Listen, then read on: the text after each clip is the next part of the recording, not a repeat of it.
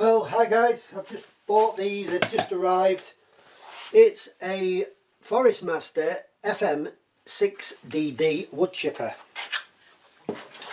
At the time of this video, September 23, I just paid £425 I paid for this. So it's not a freebie by any means. And looks like there's a bit of assembly to do. I don't expect it will be too difficult to do. So we got a couple of wheels there, a nut and bolt pack, some spanners,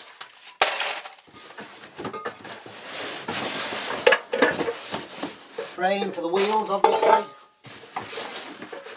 That looks like the chute, I'd say.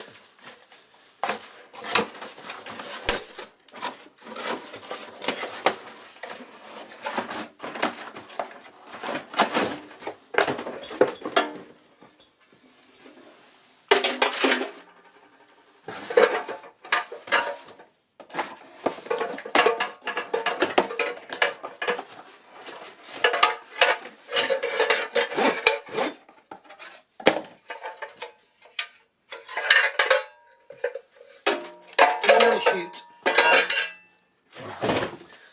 And head here should be the donkey.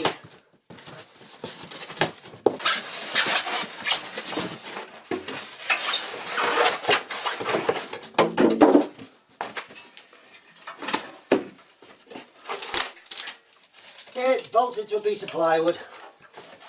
That's why. So we've got our little chute and our spinny blade. This is a double-sided blade apparently, so there is an option to buy spare blades, but if I need blades I'll make my own blades out of probably a better steel than they're using. So let's get it put together.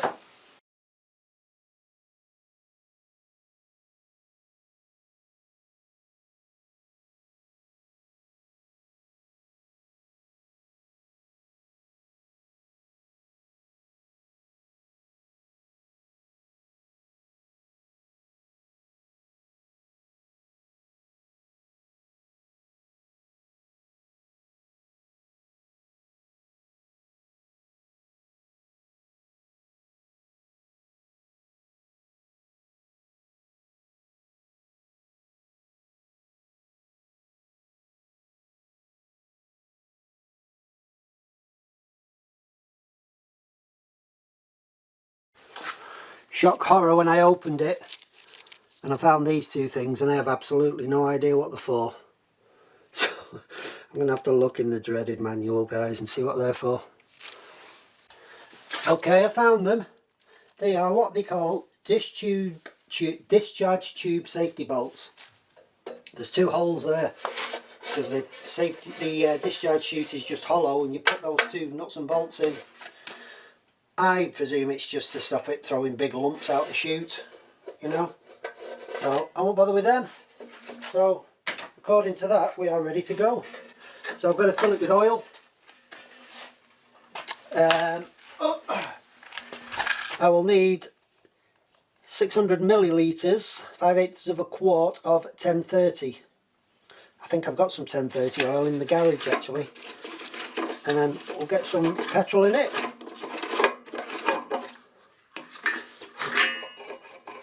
There's a little filter there in the petrol hopper, which is handy, isn't it? Stop the garbage going in the engine.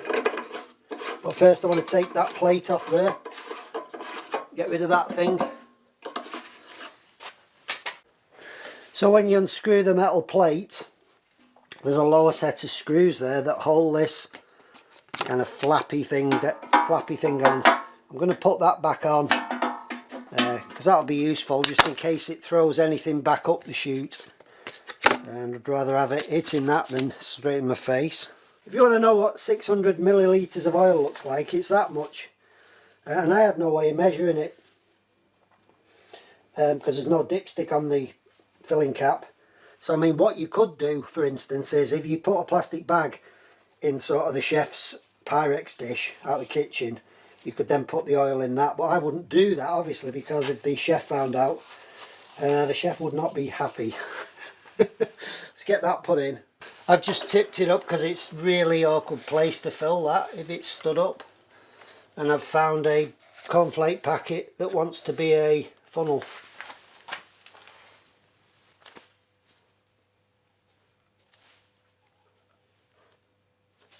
And that'll be the oil in. As I say, there's no dipstick, so if it says 600 needed, you need to put 600 in, I guess. And there's also no way of checking that after you know, whilst you're using it, to see if it needs topping up. But it did say on the on something or other, where's the engine oil?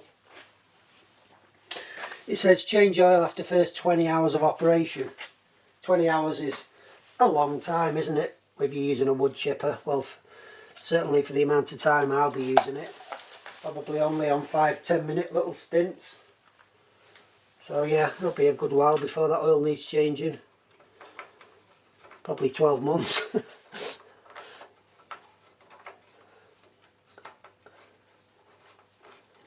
I'll tell you what I don't like. I don't like all these loose wires here bunched up. That's just seems really like a massive afterthought, doesn't it? That it would have been better tucking them wires under there, wouldn't it? Inside there. It's just so easy to catch that, you know, with a branch of a log or something. Anyway, right. Here we go. Got an on-off switch there, so we just need to get some petrol and we'll give it a pull so we can get it going. I'm going to give it about 75 quid's worth of go juice.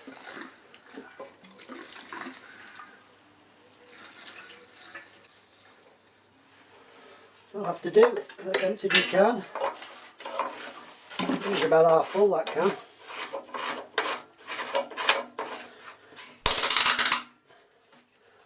On.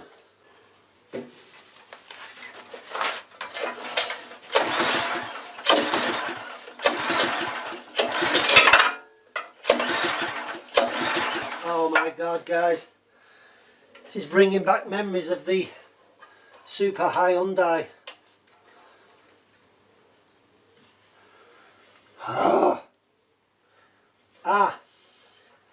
Why didn't someone tell me that there was a fuel gauge, a fuel tap, and an on-off fuel tap? You didn't tell me that, did you?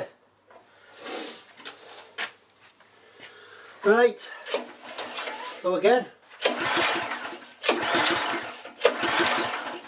Choke.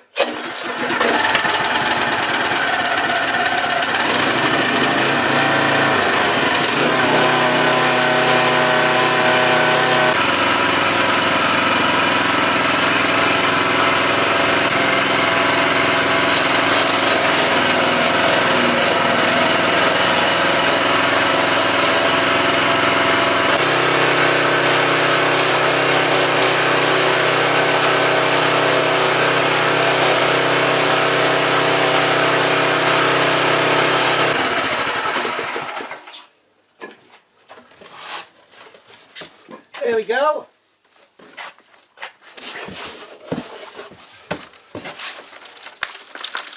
That's those blackberry bushes. The stems have completely been mullered, and it's even chopped the leaves up. And that is beautiful for the compost heap. Beautiful. Right guys, well, does what it says on the tin again, doesn't it? Nice little unit. It's nice and easy to manoeuvre about. Apart from the fuel tap issue, we didn't have a problem starting it there, did we? Did it start second pull? I think that's really good. Right, we'll get it off to the allotments and just come to the allotments. I've already put quite a bit of stuff through the wood chipper. That barrow, I think I've filled it 3 times with chipped material, all kinds of things, from fairly soft stuff to natural woody stuff. Now this is some stuff that's been dropped off by a plot neighbour who said they had a few branches. Did I want them to chip them? So I said yes. I mean, come on guys, a mountain here. There's still more outside. There's as much again outside, and there's another barrel full there. Don't bring it again. So I'm going to try and run it through the chipper. There is quite a problem with this chipper at the business end of the chipper, and when I've finished this I'll show you what I mean. So let's get chipping.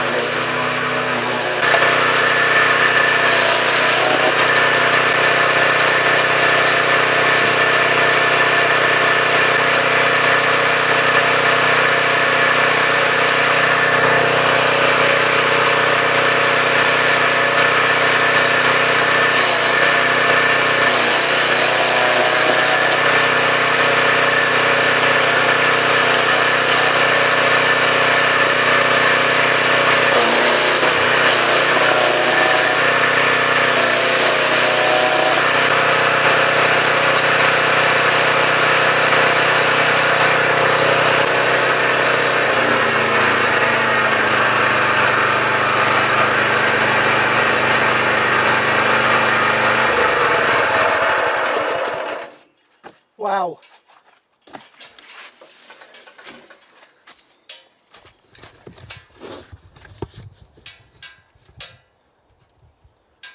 I have used this chipper. I think this is the 5th time I've used it. It has never worked so well as that. You see the way it was feeding itself, pulling the material through. Just amazing, those huge laurel bunches that were just stuffed completely, filling the hopper. They just pull themselves straight through. Absolutely amazing. That is a lot of material in there. A lot of material. And it chips it up really nice. Look at that. Really nice fine chip. And the woody stuff there is really thin. So thin, look at it.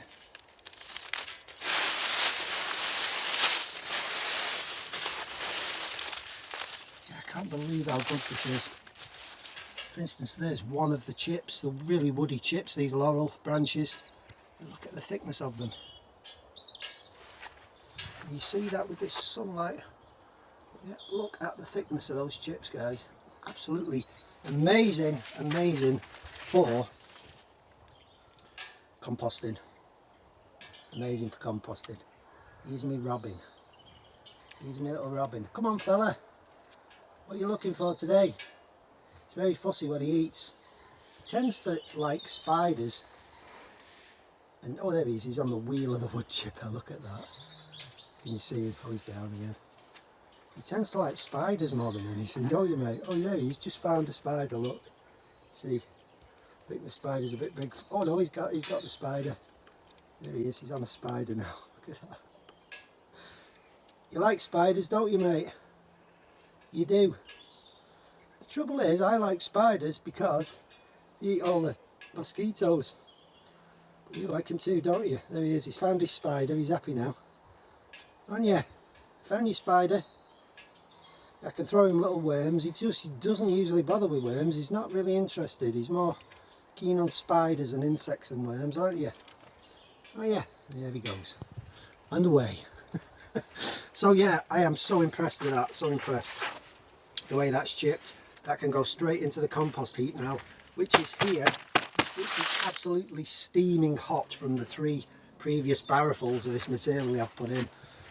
As I say, this chipper has never worked as well as it has just done, and as I said before, there is a major drawback and problem with this chipper at the business end.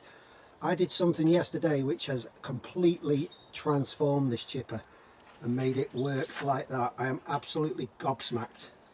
So I will show you what that is. What it is to produce this sort of heat in this heap. Around 70 degrees centigrade the heap is running at now, with this beautiful finely chipped material going in. And I have been chipping everything on the allotment. After 10 minutes use, it stopped feeding itself into the actual blades. It was just, at that point it drives you crazy, because you have literally got to push everything through the hopper. Everything. It won't pull anything through. You've got to stuff it all in. And what happens is it gets like backed up and blocked at the bottom of the hopper where the blades cut it. So you're constantly having to pull it out and ram sticks in to get the stuff through the chipper, and it's not cutting clean. And eventually you just give up. You absolutely give up. But as I say, what I have done today, what I did last night, has completely transformed it. Right, let's get back to the workshop. Let's examine this thing and I'll show you what I mean and why this has just been transformed from what it was yesterday. A pain yesterday, an absolute pain to use. I hated it, but today I am absolutely in love with it all over again. It's the difference between yesterday and today, believe me, honestly, I'm not joking, is just completely night and day. I had less material to chip yesterday than that. I had about 1/3 of the amount, and it took me an hour to chip it. And I actually gave up in the end. Well, I'll show you what I've done and what has transformed it. The major problem with your Forest Master petrol wood chipper is this right here. This is your problem. Have a look, if you will, at those chipper blades.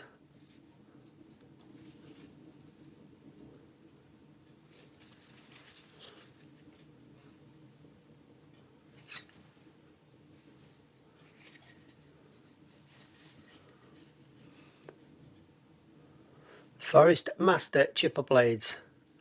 Now, although these look metallic, they're actually made of chocolate. So they are utterly useless as chipper blades. As I said in the video, I've used this chipper 3 times. The first time I used it, I did 10-15 minutes work and the edge looked like that. I brought it home and I resharpened it. Put them back in with that sharpened edge. I did 10 minutes work and the edge looked like that again. I then turned them round and used that edge, and that edge just destroyed itself as well. I did a HRC test on these. You can see those little dimples there in the metal, and that tests the hardness of the steel, and these are 52 HRC, which is soft. For a cutting tool is really soft. Now, the way I got around it was this. To change the chipper blade, you actually undo this bolt on the hopper side, so the feed side of the chipper. You undo that bolt and you open it, and you've then got access to the blades here. So this is the difference. You see, these chipper blades here have been made by myself from a tool steel. So if you pull the cord and rotate the cutter block, you will see the blades. So I've made these blades, they're double-sided, just like the Forest Master blades. I've made them from 4mm 01 tool steel, or maybe 5mm actually, can't quite remember, but they're slotted just like the Forest Master blades. They're adjustable, and these blades are just as sharp. They have just lost a little bit of the edge, but they are not chipped, they are not mullered, they were still cutting really well when I was chipping that laurel. They've chipped all that laurel, which is way more work than I've done with this chipper since I bought it. So that is the most material I've ever chipped in one session, and that was 3 wheelbarrow fulls of chip. And those blades have still got a lovely edge on them, and they're still cutting, and they don't need sharpening yet. So they are 01 tool steel. I finished them to 58 HRC, which I thought, you know, would be a good edge for a chipper. Initially I thought I may do them a bit of a lower HRC, about 57, 56, but 58, as it turns out, just seems to be amazing for these blades. So there's your answer, guys. If you want chipper blades that last, don't buy the Forest Master ones. Get a knife maker or somebody else to make you some decent chipper blades. But 40 guys, if you want chipper blades, I'll make you a set of them for 50 quid. How's about that?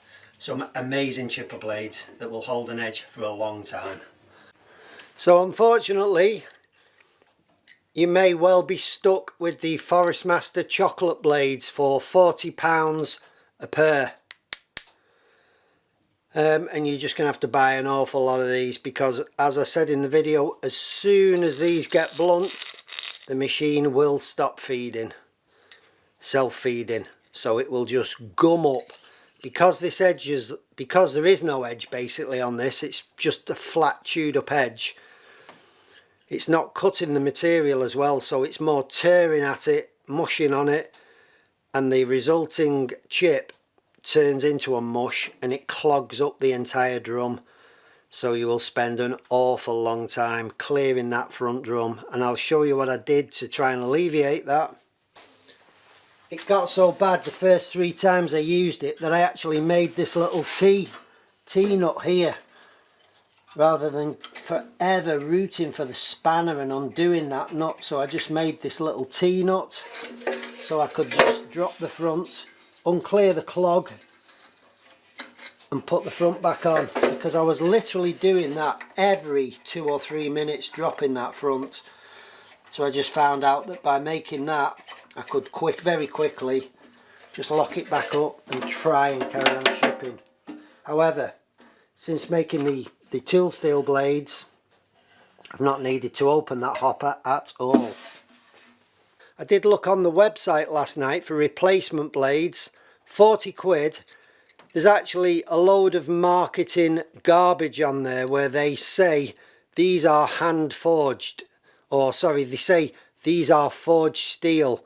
These are not forged steel. They have been machined from flat stock. So all they've done, they've gone onto a mill where that has been milled out, and that has gone onto some kind of grinder to grind them edges. This steel is so soft that you will be able to probably mill and grind this without doing any heat treating on it. So I could machine that. You could drill a hole straight through that with a carbide drill. So guys, the rubbish. They are not forged, they are simply machined steel. So that is a lie on the website. Anyway, that's it guys. Hope you enjoyed that. Thanks for watching. Thank you very much to my patrons. I've got a few videos coming out soon exclusively for my patrons. Catch you later.